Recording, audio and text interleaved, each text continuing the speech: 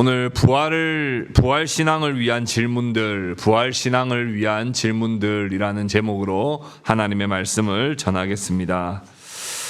1528년 4월 12일 부활주일, 지금으로부터 약 한 500년 전쯤에 마틴 루터는 설교를 했는데, 그 부활주일 설교 제목이 뭐였냐 하니 그리스도의 부활에 대한 사탄의 방해라는 제목으로 말씀을 전했습니다. 그 설교에는 크게 4가지의 주제가 있었는데요.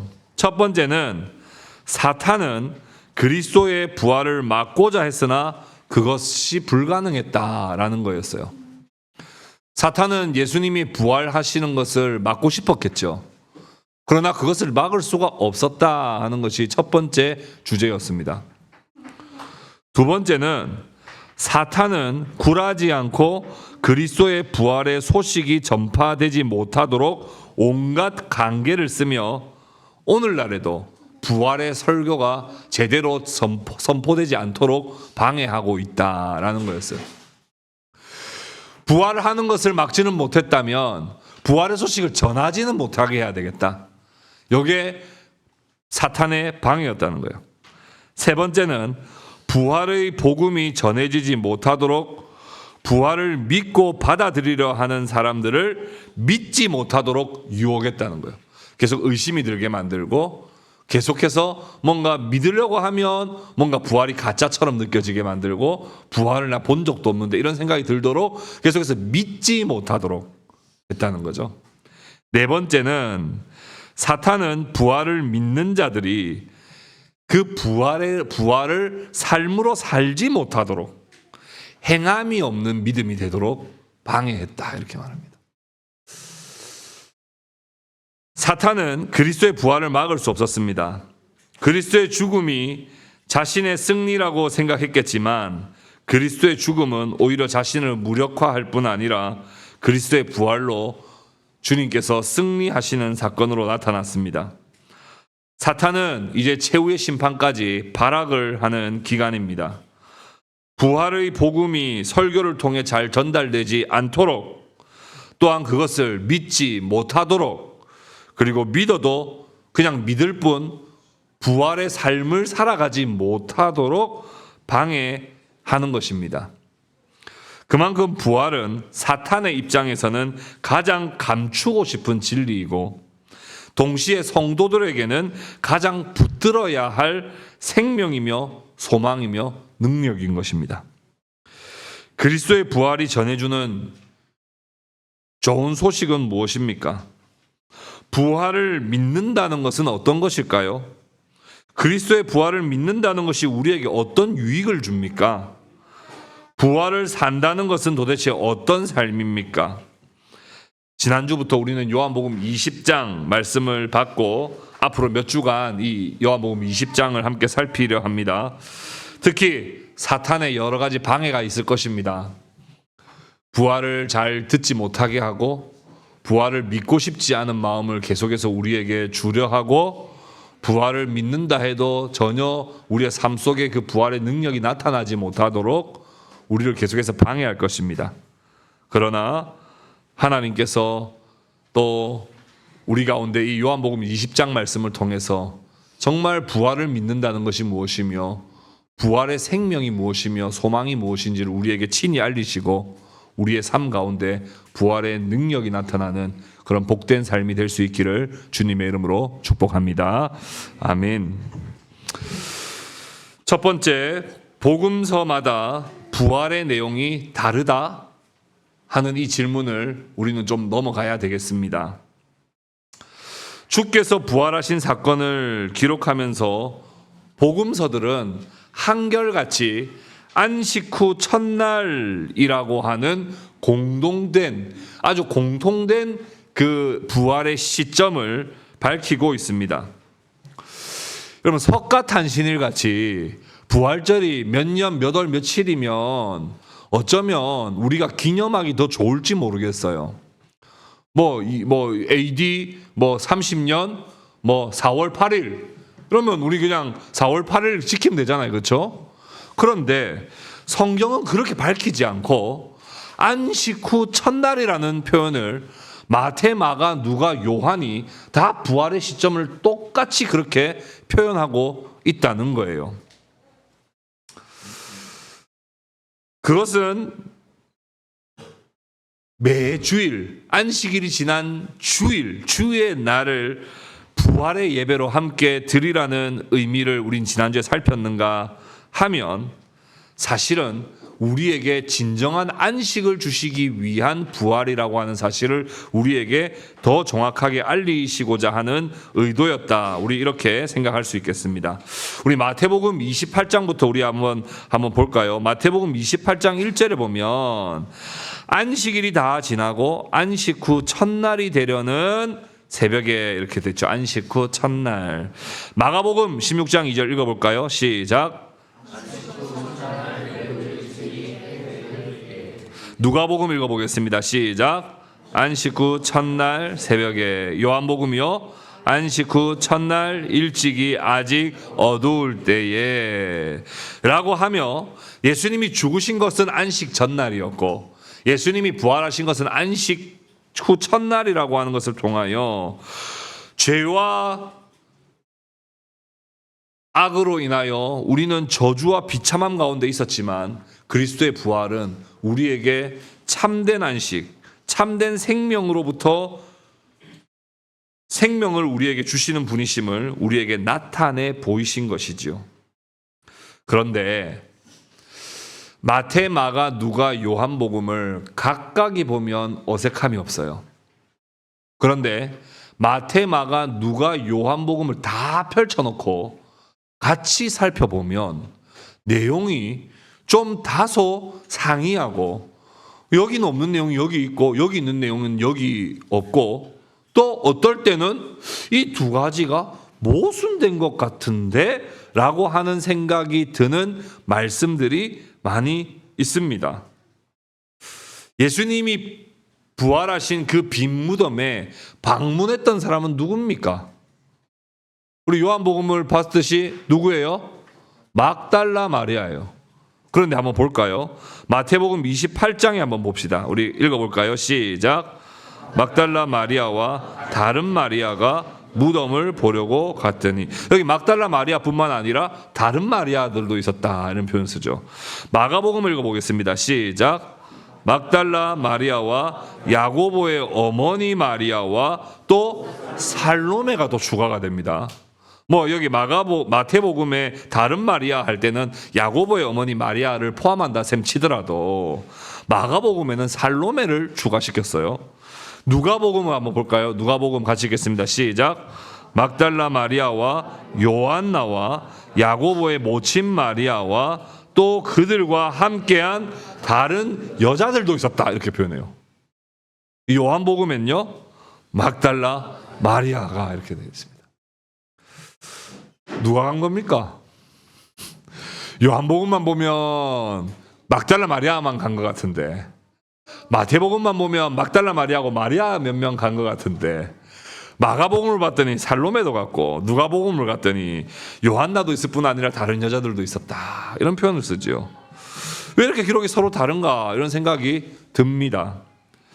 또 한번 볼까요? 마태복음 28장에 어떤 사건이 있었는지 한번 봅시다. 28장 2절에 우리 같이 한번 봅시다. 자, 마태복음 28장 2절 같이 읽어볼까요? 시작.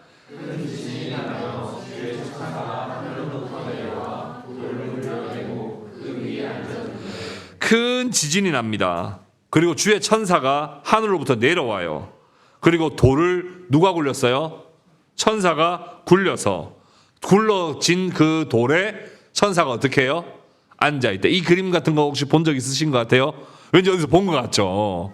그런데 마가복음을 보십시오. 마가복음에 이렇게 표현되어 있어요. 눈을 들어본 적 벌써 돌이 굴려져 있다. 보니까 이미 돌이 굴려져 있었다 그랬고 마태복음에는 천사가 와서 돌을 굴렸다 그랬어요. 누가복음에 봤더니 돌이 굴려 옮겨진 것 벌써 과거죠. 돌 이미 굴려져 있더라. 요한복음 20장에 봤더니 막달라 마리아가 무덤에 와서 돌이 무덤에서 옮겨진 것 이미 벌써 굴려져 있는 것을 보았다 그랬어요. 마태는 천사가 와서 돌을 굴렸다고 말하는가 하면 천사는 또 돌 위에 있었다고 말했죠. 근데 마가, 누가, 요한복음에는 돌이 굴려져 있다고 기록할 뿐만 아니라 천사는 무덤 안에 있었다고 이야기해요. 또 마태와 마가는 천사 한 명이었던 것으로 단수형을 썼는데 누가복음과 요한복음에는 천사가 두 명이었다. 복수형을 사용합니다. 복음서를 각각 따로 읽으면 잘 느끼지 못하지만 서로 비교해보면 뭔가 순서가 뒤바뀌어 있기도 하고 모순되는 내용이 있는 것 같아 매우 곤혹스러운 것이 사실입니다. 예수님의 부활에 대해서 복음서마다 새로운 내용들이 있고 약간 다른 내용들이 있다는 것을 우리는 어떻게 받아들여야 할까요? 모르긴 몰라도 그리스도께서 부활하실 그때 일어난 일들은 생각했던 것보다 매우 복잡한 상황이었음을 우리는 짐작할 수 있습니다. 너무나도 뜻밖의 일어난 일이었고 이 놀라운 부활의 일이 정말 너무나 크고 너무나 위대한데 이 놀라운 일들, 이 사건들을 제자들마다 간략하게 정리하여 강조하고자 하는 이 부분들이 서로 달랐다 하는 것을 우리는 알 수 있습니다.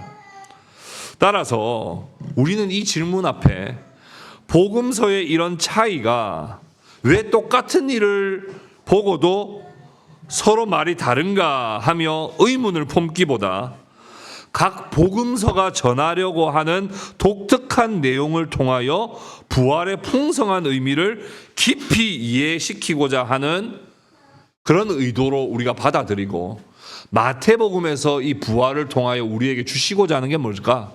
마가복음에서는 이 부활 사건을 통해 우리에게 알리시고자 하는 것은 뭘까? 누가복음, 요한복음은 뭘까를 정확하게 이해하는 것이 중요합니다. 이번 지난 주간에도 우리 교회 어떤 한 성도가 저한테 어떤 한 사건에 대해서 신문 기사들을 몇 개를 저한테 보냈어요. 그 신문 기사를 보냈는데 신문 기자들마다 그 사건을 보는 관점이 조금씩 다르죠.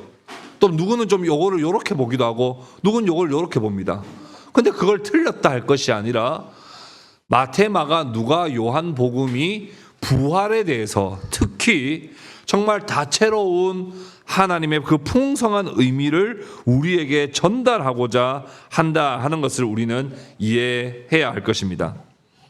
다시 말해 부활의 이런 다른 기록들이 부활의 불확실성을 말하는 것이 아니라 각기 다른 증언을 통하여 더 풍성하게 증언하는 참된 진리라는 것을 우리는 믿어야 하는 것입니다. 흔히 마태, 마가, 누가복음을 공간복음이라고 그럽니다. 같은 관점에서 쓰여졌다 해서 공간복음이고 요한복음만 좀 따로 노는 경향이 있지요. 요한복음은 좀 따로 있습니다. 공간복음에는요 천사들이 그리스도의 부활에 대하여 증언하는 내용들이 막 기록되어 있습니다. 그런데 요한복음에는요 예수님께서 한 사람 한 사람을 만나시는 그것에 집중하고 있음을 우리는 볼 수 있어요. 공간복음은 이 부활이 역사적으로 사실이라는 것을 강조합니다. 무덤을 지키는 자들도 예수 천사를 봤다. 이런 무덤을 지키는 자들도 증인으로 내세우면서 그 사실적인 부활이 사실이었음을 드러내는데 포커스가 있다면 요한복음은 한 사람 한 사람이 부활하신 주님을 만나는 것에 집중하고 있어요. 그러니 이 두 개가 모순된다라고 하는 것이 아니라 오히려 부활이 얼마나 여러 사람들과 특히 또 한 사람 한 사람에게 풍성한 의미를 가져다 주었는가 하는 것을 우리는 기억해야 하는 것입니다. 그래서 요한복음은 누가 빈 무덤을 누구만 봤다고 돼 있어요? 막달라 마리아. 그럼 느낌이 오죠. 요한복음에서는 막달라 마리아를 하나님 예수님께서 1대1로 만나셔서 이 여인을 어루만지시고 이 여인에게 부활 소망을 주시겠구나 하는 것을 우리는 짐작할 수 있는 것이죠. 그거는 우리 오늘 본문은 아니라 다음번에 또 다루도록 하겠습니다. 부활의 내용이 다르게 기록된 것을 보고 사탄은 우리에게 부활의 불확실성, 성경의 허구성이 아닐까라고 하는 의심을 가지게 만들고 우리를 미혹하려 하겠습니다만, 우리는 이것이 부활이 얼마나 우리에게 풍성하게 주어지는 참된 진리인가를 우리는 오히려 깨닫게 됩니다. 각 복음서마다 기록된 부활의 내용을 통해서 더 확고한 부활 신앙을 가지시는 저와 여러분 될 수 있기를 주님의 이름으로 축복합니다. 아멘. 두 번째는 누군가가 예수님의 시신을 가져갔다라는 의심입니다. 부활을 부정하려는 시도는 초기 교회 시대 부대부터 지금까지 계속되고 있습니다. 대표적으로 우리 세 가지 가설이 있죠. 제가 몇 번 말씀드린 적이 있습니다만은, 첫 번째는 시체 도난설입니다. 예수님의 시체가 도난당했다, 누가 훔쳐갔다 하는 거예요. 빈 무덤은 부활이 아니라 예수님의 시체를 누군가 훔쳐갔다는 거죠. 그것이 제자들이 되었든 다른 도굴꾼이 되었든 예수님의 시체는 누가 훔쳐간 것이지 빈 무덤이 아니다. 두 번째는 기절설입니다. 기절설.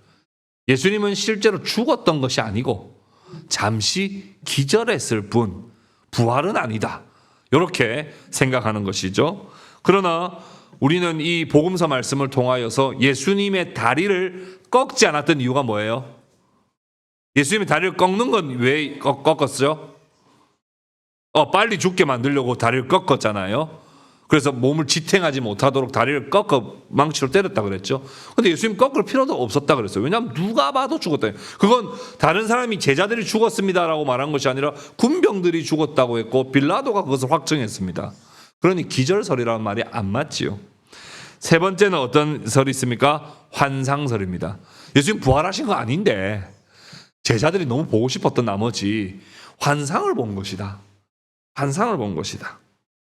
그러나 예수님은 그렇게 이야기하실 줄 알고 복음서에서 기록되기를, 또 고린도에서도 기록되기를 한 명에만 나타나신 것이 아니라 두 명에게도 나타나시고, 두 명에게만 나타나는 것이 아니라 여러 명에게도 나타나시고, 남자들에게만 나타나신 것이 아니라 여자들에게도 나타나시고, 500명의 사람들에게도 나타나시고, 하나님께서 이렇게 나타나셨다는 것을 통하여 이걸 환상이라고 볼 수는 없는 것이죠.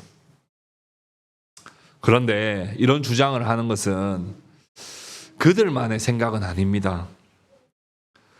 예수님이 부활하신 그 빈 무덤을 보고 예수님을 간절히 기다렸던 막달라 마리아조차도 사실은 빈 무덤을 보자마자 부활하셨다 할렐루야 하지 않았단 말입니다. 막달라 마리아도 그 빈 무덤을 보자마자 바로 첫 번째 들었던 생각이 뭐예요? 누가 훔쳐갔다. 빈 무덤을 직접 보고도 예수님의 부활을 떠올리지 못하는 거예요. 누가 분명히 훔쳐갔을 것이라고 하는 마음 때문에 얼른 달려간 것이죠. 요한복음 20장 2절 오늘 본문 말씀입니다. 같이 읽어보겠습니다. 시작. 시몬 베드로와 예수께서 사랑하시던 그 다른 제자에게 달려가서 말하되 사람들이 주님을 무덤에서 가져다가 어디 두었는지 우리가 알지 못하겠다 하니. 막달라 마리아는 빈 무덤을 보고는 요한과 베드로에게 달려갔습니다.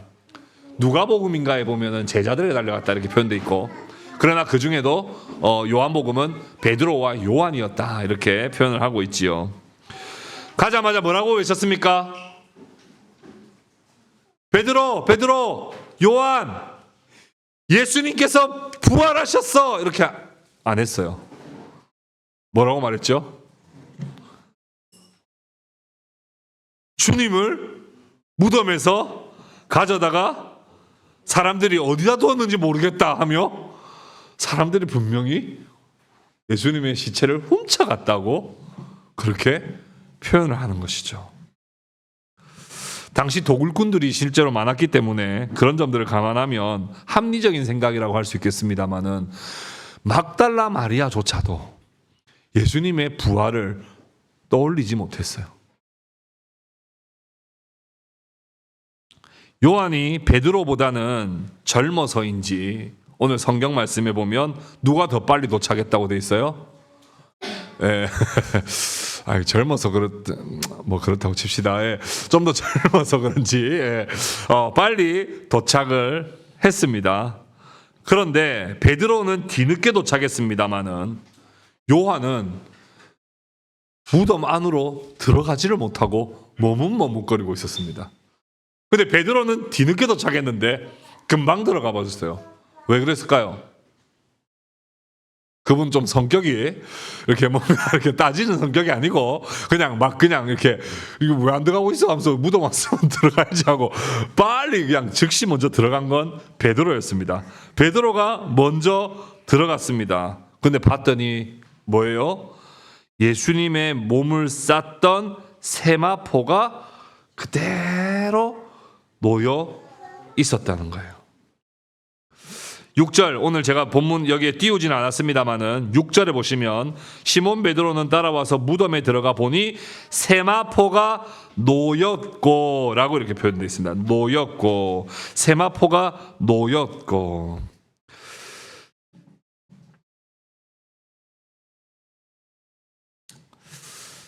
그렇게 놓여있는 그 세마포의 모습을 보았습니다. 오늘 본문 20장 8절 말씀 볼까요? 20장 8절 같이 읽어보겠습니다. 시작. 그때야 무덤에 먼저 갔던 그 다른 제자도 들어가 보고 믿더라. 여기에서 보니까 들어가 보고 믿더라 그랬어요. 믿더라. 뭘 믿은 걸까요? 제자들이 부활을 믿었습니까? 제자들이 부활을 믿었다고 생각하기 쉽겠습니다만은 아직까지 부활을 확실히 믿은 상태가 아니라는 것도 우리는 알 수 있습니다. 막달라 마리아 말을 들었어요. 막달라 마리아 말을 들었을 때, 야, 마리아야, 넌 어떻게 그걸 누가 훔쳐간 거라고 생각하냐? 뛰어가면서 그건 바로 예수님의 부활이지 하면서 뛰어갔을까요? 그거 아니었거든요. 베드로와 요한도 빨리 그 사실 확인을 하고 싶었던 거죠. 부활을 생각하지 못했습니다. 부활을 떠올리지 못했어요. 사실 확인을 하고 싶었고, 걱정 진짜 훔쳐갔으면 어떡하지 하는 마음으로 빈 무덤까지 뛰어온 것입니다. 그래서 지금 예수님이 여기 안 계시다는 상황을 받아들였다는 말이지 부활의 주님을 온전히 믿었다고 볼 수는 없는 것입니다. 이 상황에 대한 걱정과 황당함 중에도 그럼에도 불구하고 요한에게는 직감적인 믿음이 시작되기는 했습니다. 왜 그랬을까요?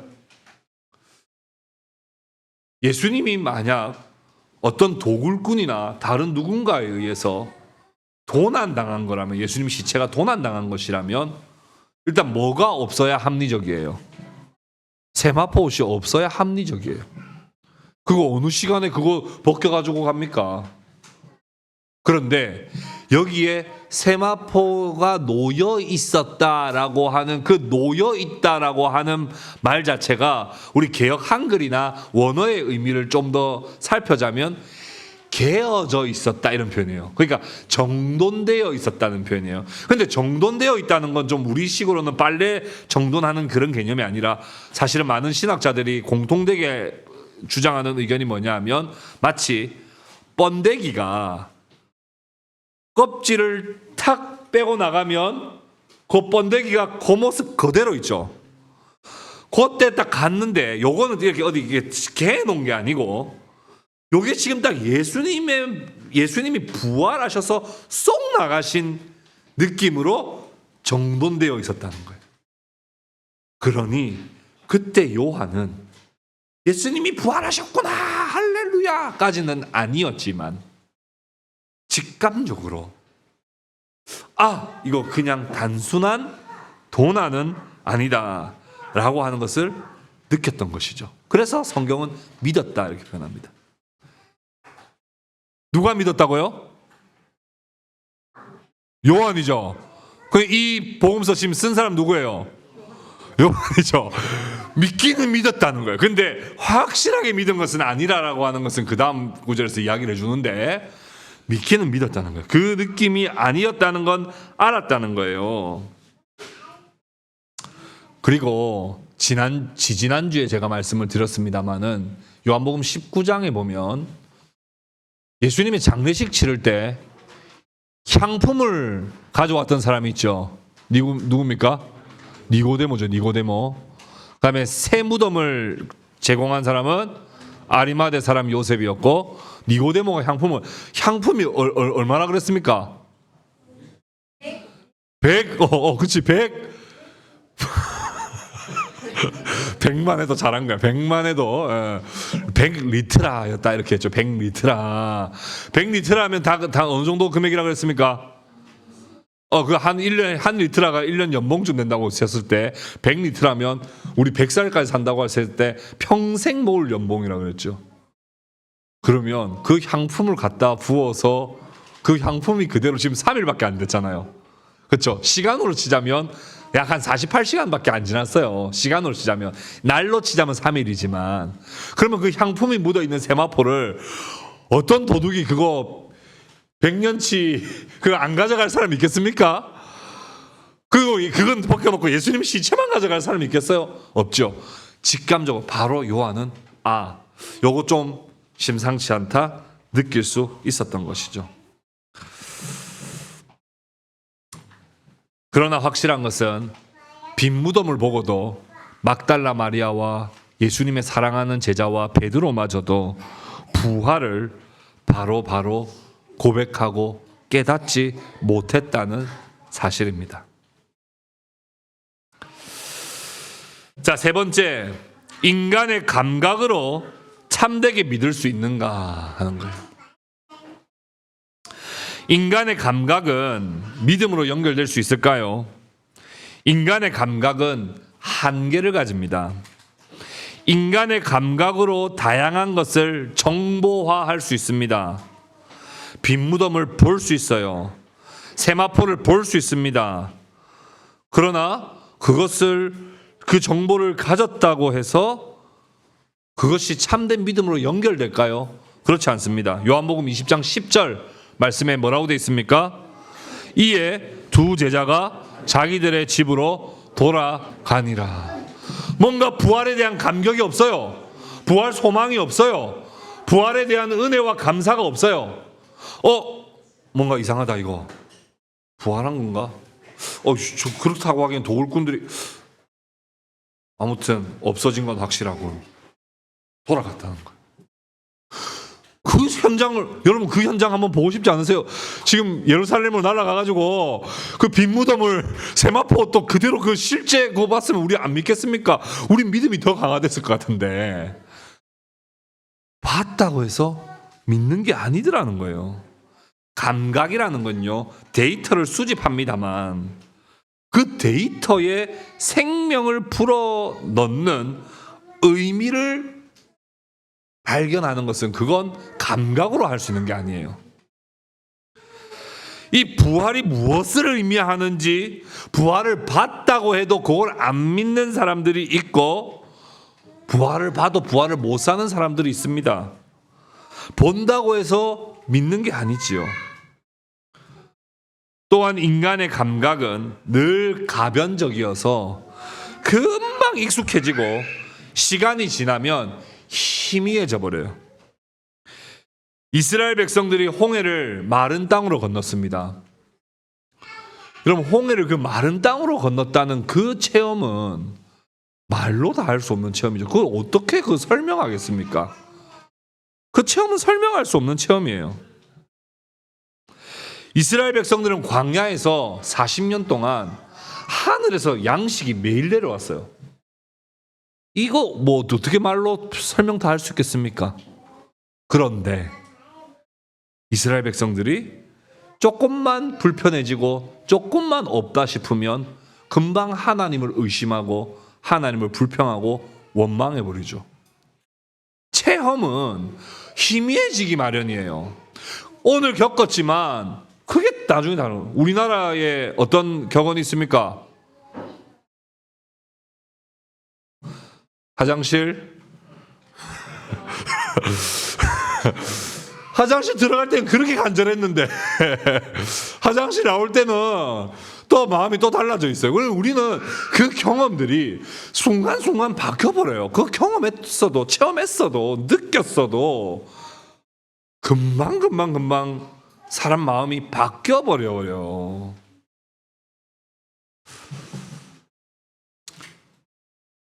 또한 인간의 감각은 매우 편향적입니다. 객관성이 떨어지죠. 인간은 같은 사건을 경험할 때도요, 자기가 가지고 있는 선입견에 따라서 봅니다. 여러분, 우리 가운데 선입견 없는 사람이 있을까요? 저는 공정합니다. 저는 중립입니다. 이런 사람 계세요? 없습니다. 사람들은 전부, 그러니까 누가 봤다 해도 그건 못 믿는 거예요. 왜냐하면 우리는 전부 다 중립이 없이 다 선입견, 편향된 우리의 관점을 다 가지고 있기 때문에 그래요. 자신이 가지고 있는 공포가 있죠. 또 자신이 가지고 있는 욕망이 있습니다. 그거에 따라서 전부 다 어떤 현상들은 다 왜곡되기 마련이에요. 무덤을 지키던 군병들도요, 천사를 보고 지진이 나는 걸 봤습니다. 신앙으로 연결됐을까요? 아닙니다. 돈 받고 부활 못 봤다 그러죠. 그거 봤는데 제일 가까이서 제일 먼저 본 사람, 어쩌면 제일 먼저 본 사람들은 군병들일 거예요. 근데 사람들은 나 몰라를 하는 거예요. 인간의 감각은 결코 중립적이지 않기 때문에 객관성을 확보할 수 없지요. 요한과 베드로는 보았습니다. 믿었다고는 말을 하지만 그것으로는 집으로 돌아갈 수밖에 없었습니다. 왜요? 그들에게 부활에 대한 확실한 믿음, 참된 믿음이 없었기 때문이죠. 그것을 요한복음 20장 9절에서는 뭐라고 설명했냐 하면 이렇게 설명했지요. 우리 같이 한번 읽어보겠습니다. 같이 읽겠습니다. 시작. 그들은 성경에 그가 죽은 자 가운데서 다시 살아나야 하리라 하신 말씀을 아직 알지 못하더라. 성경의 말씀을 기반으로 하여 부활을 보지 못했다는 거예요. 빈 무덤을 본다고 해서 믿음이 생길까요? 그렇지 않습니다. 객관적인 하나님의 자기 계신 성경 말씀을 중심으로 믿어야지. 내가 느꼈다. 아까도 우리 어린이들에게 말했지만 착하다고 느꼈어요. 알고 보니 사기꾼인데. 내가 느낀 게 맞습니까? 내가 느낀 걸 믿으면 안 돼요. 오히려 내가 느낀 걸 의심하고 성경을 들여다봐야 되죠. 내가 본 것을 의심하고 성경을 봐야 됩니다. 내가 들은 것을 의심하고 성경을 봐야 돼요. 그래야 우리는 참된 믿음으로 나아갈 수 있는 거예요. 누가복음 24장 12절에 이렇게 기록되어 있죠. 베드로는 일어나 무덤에 달려가서 구부려 들여다보니 세마포만 보이는지라 그 된 일을 놀랍게 여기며 집으로 돌아가니라. 그냥 우와, 이거 뭔 일이야 이거. 해석을 못 해내는 거예요. 의미와 가치를 부여하지 못하는 거예요. 그거는 하나님의 말씀인 성경을 통해서 우리에게 계시하신 대로 우리는 믿을 수밖에 없는 거예요. 로마서 10장 17절 말씀을 같이 읽어보겠습니다. 시작. 그러므로 믿음은 들음에서 나며 들음은 그리스도의 말씀으로 말미암았느니라. 따라서 믿음은 그리스도의 말씀으로 말미암는 거예요. 베드로는 눈으로 보고 경험한 것보다 더 확실하게 믿었어야 할 것을 아마 그때 느꼈을 거예요. 내가 이걸 빈 무덤을 보고도 그냥 놀랍다고만 느꼈던 그 자기 자신을 얼마나 많이 반성했을지 한번 생각해 봐야 됩니다. 그래서 베드로후서 1장 19절에 이런 말씀이 있죠. 우리 같이 한번 읽어보겠습니다. 시작. 또 우리에게는 더 확실한 예언이 있어 어두운 데를 비추는 등불과 같으니 날이 새어 샛별이 너희 마음에 떠오르기까지 너희가 이것을 주의하는 것이 옳으니라. 이게 무슨 말씀이냐면 베드로는 본 것들이 많아요. 예수님이 어디 가실 때마다 베드로는 꼭 데리고 가셨거든요. 그러니까 남들보다 보고 체험한 게 다른 제자들 그 누구와도 비교할 수 없을 정도로 많단 말입니다. 특히 어떤 체험도 했습니까? 베드로후서에서 기록한 것처럼 변화산에서 물 위를 걷는 것도 마찬가지입니다. 좋습니다. 변화산에서 예수님이 변화되시는 모습을 봤단 말이에요. 그리고 그 옆에 누가 와요? 모세와 엘리야가 와요. 야, 베드로가 그때 완전히 모든 걸 다 경험했죠. 자기가 믿었던 구약의 모세와 엘리야, 게다가 예수님 변화된 모습, 거룩한 모습 봤습니다. 베드로가 뭐라고 고백했죠? 여기서 초막 집을 셋을 짓고 여기서 그냥 살고 싶습니다. 이렇게 하죠. 근데 베드로가 뭐라고 이야기하냐면 베드로 1장 19절에 그러나 그런 것보다 우리에게 더 확실한 예언이 있다는 거예요. 내가 직접 봤단 말이에요. 내가 직접 만져봤단 말이에요. 근데 그것도 못 믿어. 왜요? 우리의 감각은 한계가 있기 때문에. 우리의 감각은 편향적이기 때문에. 우리의 감각은 객관적이고 중립적이지 못하기 때문에 더 확실한 예언을 우리는 붙들어야 된다는 거예요. 언제까지요? 주님 다시 오실 때까지 붙들어야 된다고 베드로 후서에서 베드로를 마지막에 이것을 말씀하고 있는 거예요. 주님의 십자가를 본 사람은 다 믿었을까요? 주님의 부활을 직접 목격한 사람들은 뭔가 달랐을까요? 부활을 직접 목격한 사람들은 남다른 특별한 은혜를 입은 것은 사실입니다만, 그러나 그리스도의 부활을 믿는 그 일에는 오늘날 우리보다 더 유리한 위치에 있지 않습니다. 다시 말씀드릴게요. 부활을 본 건 특별한 경험이에요. 그러나 부활의 주님을 믿는 것에 있어서는 부활의 주님을 전혀 보지 못했던 우리와 다른 위치에 있지 않다고요. 부활을 봤다고 해도 그 본 것은 희미해집니다. 본 것은 왜곡됩니다.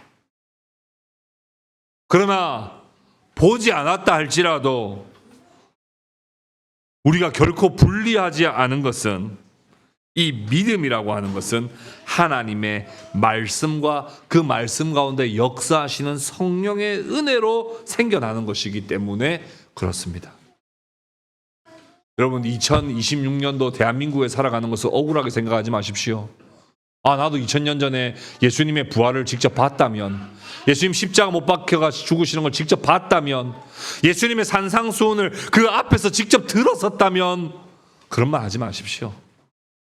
그거 직접 봤고 직접 들었다고 해서 다 믿은 것도 아니고, 예수님 오병이어 경험 다 하고 난 사람들도 다 돌아가 버렸고 나중에는 전부 다 예수님 못 박아라고 소리치던 사람들이었습니다.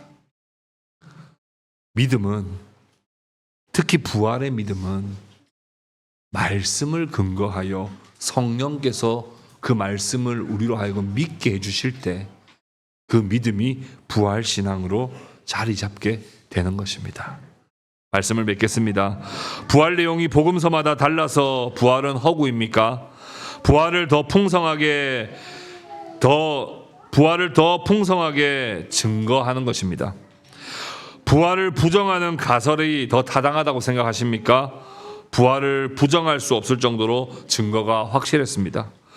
부활의 주님을 보지 못했기 때문에 못 믿습니까? 아닙니다. 우리는 성령으로 기록된 하나님의 말씀을 통하여 성령께서 그 말씀을 깨닫게 해주실 때 우리는 비로소 부활의 주님을 만나고 부활의 주님을 믿고 부활의 주님을 힘입어 우리의 삶 속에 살아가게 되는 것입니다. 사탄이 그리스도의 부활을 막을 수는 없었지만 할 수만 있다면 지금도 우리를 헷갈리게 만들고 지금도 우리를 믿지 못하게 만들고 지금도 부활의 삶을 살지 못하게 방해할 것입니다. 그러나 성경 말씀에서 분명히 말씀하시는 그 부활을 참되게 믿고 부활의 능력을 힘입어 부활의 삶을 우리의 일상의 삶 속에서 살아내시는 믿음의 백성들이 다 되시기를 주님의 이름으로 축복합니다.